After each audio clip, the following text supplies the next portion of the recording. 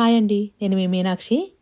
Summer వచ్చేసింది. మనకు hot సమ్మర్కి కూల్గా నిమ్మకాయ పచ్చడి రెసిపీ చూద్దాము.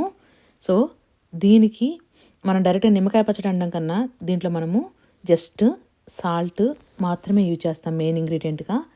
మనకి నిమ్మకాయలు ఇమీడియట్గా దొరికినప్పుడు, నిమ్మకాయ మజ్జిగ కలపడానికి, నిమ్మకాయ రసం అలాంటిది దొరకనప్పుడు, సమ్మర్లో లేదా కాస్ట్ ఎక్కువగా ఉన్నప్పుడు నిమ్మకాయలు రసానికి ఆల్టర్నేట్గా యూజ్ చేసుకోవచ్చు. అండ్ మజ్జిగన్నం ఇలాంటి వాటిలో మనకి బాగా యూజ్ అవుతుంది. ఇది పచ్చడి చాలా సింపుల్ రెసిపీ అండి, మీరు కూడా ట్రై చేసి చూడండి. దీనికి మనకి ముందుగా కావాల్సిన ఇంగ్రీడియంట్స్ వచ్చేసేసి నిమ్మకాయలు తీసుకున్నాను నేను ఒక 25 దాకా. యాక్చువల్గా నేను ఈసారి ఒక ఎక్స్పెరిమెంట్ చేశాను. లెమన్, లైమ్ 2 టైప్స్ తీసుకున్నాను అండి. లెమన్ అంటే ఎల్లో కలర్లో తోలు బాగా మందంగా ఉంటుంది. అండ్ లైమ్ అంటే మన ఇండియన్ స్టైల్లో నిమ్మకాయలు అనమాట. ఈ స్కిన్ మందంగా ఉండేవి మంచి ఫ్లేవర్ ఉంటుంది. దీన్ని ఎక్కువ కేక్స్లో ఆ స్కిన్ని కేక్స్లో అది యూస్ చేస్తారు. అండ్ మనకి కావాల్సిన వైటమిన్స్ ఇవన్నీ కూడా ఈ స్కిన్లోనే ఉంటాయి. కాబట్టి నేను బోత్ చూస్ చేసుకున్నాను. మంచిగా ఇలా సన్నగా పొడవుగా ఉండేట్టు కాకుండా లేకుండా చిన్న ముక్కలుగా కట్ చేసుకున్నాను, క్యూబ్స్ లాగా. ఈ తీసుకున్నటువంటి క్యూబ్స్ అన్నీ కూడా, సో ఒకటి గుర్తుంచుకోవాలి, ఎప్పుడు కూడా మనము నిమ్మకాయ ఎక్కడ తడి ఉండకూడదు.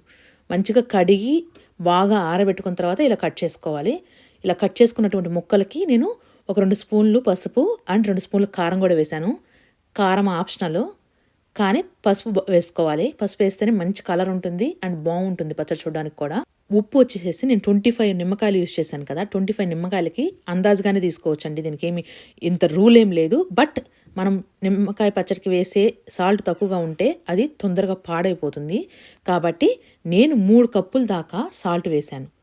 25 నిమ్మకాయలకి నేను 3 కప్పుల దాకా సాల్ట్ వేశాను. అండ్ ఇంకా 3 కూడా వేసుకోవచ్చు. మీరు మజ్జిగన్నం అలా తినేటప్పుడు వాటిలో సాల్ట్ తక్కువ వేసుకొని ఈ సాల్ట్తో అడ్జస్ట్ అయిపోతుంది అనమాట.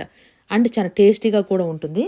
ముక్కలకి ఇలా నిమ్మకాయలో పసుపు, కారం, ఉప్పు వేసిన తర్వాత మంచిగా పైకి కిందకి కలయబెట్టుకోవాలి ముక్కలు.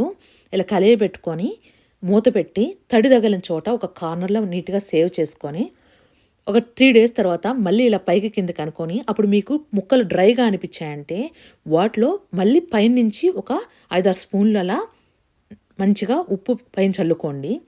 ఇలా 1 వీక్ పక్కన పెట్టేసి మధ్య మధ్యలో కలియబెడుతూ దీన్ని బాటిల్స్లో ఎత్తిపెట్టి వేసుకొని ఎగ్జాక్ట్ ఒక 1 మంత్ తర్వాత నుంచి మీరు మంచిగా తినడం స్టార్ట్ చేసేసేయచ్చండి. ఇది రెసిపీ చాలా బాగుంటుంది, ట్రై చేసి చూడండి.